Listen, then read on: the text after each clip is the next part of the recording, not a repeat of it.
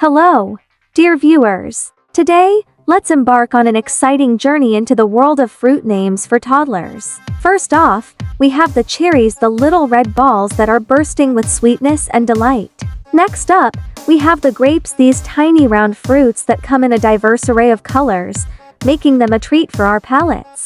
And then there's the bananas, these long yellow fruits that are not only tasty but also full of nutrition. Moving on, we have the apples, these crisp and juicy fruits that are perfect for a healthy snack. And finally, we have the oranges, these citrusy wonders that add a tangy twist to any fruit platter. So there you have it, toddlers. Now you know some basic fruit names to help you expand your culinary vocabulary. Remember to always enjoy your fruits in moderation and share with others around you. Thank you so much for joining me today. If you enjoyed this video, don't forget to hit like, share, and subscribe for more fun and informative content. Until next time, stay sweet.